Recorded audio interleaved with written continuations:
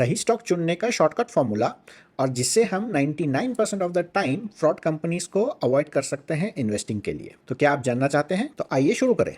Indian equity markets में 3000 से ज़्यादा कंपनीज ट्रेड करती हैं और अगर किसी भी इन्वेस्टर को उन सारी कंपनीज को इवैल्यूएट करना पड़े या उनके 1/3 1/4 कंपनीज को भी इवैल्यूएट करना पड़े तो ये काफ़ी लंबा और बोरिंग काम होगा। तो क्या कोई ऐसा फॉर्मूला अपने बना सकते हैं जिससे अपने ये जान सके कि ये कंपनी इन्वेस्टमेंट के लिए सही है या नहीं? तो आइए मैं आपके साथ आज शेयर करता हूँ एक ऐसा फॉर्मूला जिससे आप जान सकें कि ये स्टॉक सही है या नहीं। पहला पैरामीटर है रिटर्न ऑन कैपिटल एम्प्लॉयड या आरओसी।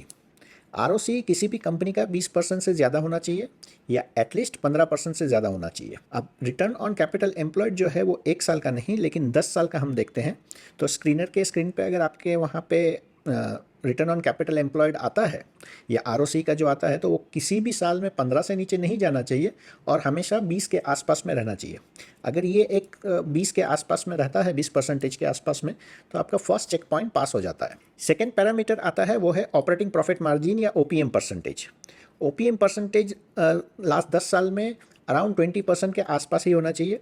अगर वो 20% से काफ़ी नीचे है तो अगेन ये एक रेड फ्लैग होता है मेरे लिए। थर्ड पैरामीटर है कंपाउंडेड प्रॉफिट ग्रोथ। तो कंपाउंडेड प्रॉफिट ग्रोथ 10 साल के लिए अगेन 20% के आसपास होना चाहिए। अगर वो 20% के आसपास नहीं है या फ्यूचर ग्रोथ 20% के आसपास में नहीं हो सकता है तो again it's a red flag मेरे लिए। अब जब अपने पास ये 3 पैरामीटर्स आ गए, आरओसी, ऑपरेटिंग प्रॉफिट मार्जिन और प्रॉफिट ग्रोथ, लास्ट 10 साल में अगर आपने देखते हैं तो 20%, लेकिन इनमें कोई कोई एक्सेप्शंस भी होते हैं। तो इसमें मैं क्या करता हूँ कि टोटल इनका 60% होना चाहिए। तो अगर आरओसी 15 है तो सेल्स ग्रोथ 25 होना चाहिए, ओपीएम 20 होना चाहिए, ताकि टोटल अपने को तीनों का मिला के 20-20-20 नहीं है। तो कोई एक अगर 25 है तो दूसरा 15 है और वो 15 से 20 की तरफ जा रहा है तो वो मेरे लिए सही है। क्योंकि उसमें क्या होता है कि कोई अगर कंपनी ग्रोथ स्टेज में है तो ऑपरेटिंग प्रॉफिट मार्जिन के ऊपर उतना फोकस नहीं रखेगी, वो ज़्यादा से ज़्यादा अपना सेल्स बढ़ाने में फोकस रखेगी। आरओसी और सेल्स ग्रोथ बहुत अच्छा होगा तो उसकी वजह से उसका ऑपरेटिंग प्रॉफिट मार्जिन थोड़ा सा दबा हुआ होगा। तो ऑपरेटिंग प्रॉफिट मार्जिन अगर 10% है और सेल्स ग्रोथ 25% है, आरओसी 25% है, तो अपना टोटल 60 के आसपास हो जाता है। तो ये जो इनिशियल बेसिक चेक पॉइंट है ये हेल्प करता है मेरे को सही स्टॉक चुनने में।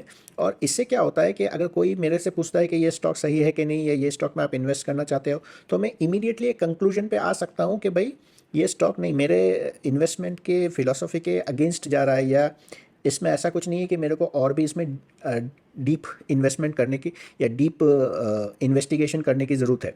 मैं बिज़नेस को समझूं या मैं उसके बारे में समझूं, उसको ट्रैकिंग पे रखूं, ये सब करने की मेरे को ज़रूरत ही नहीं पड़ती है और बहुत ईजीली मैं उस स्टॉक को अवॉइड कर सकता हूँ।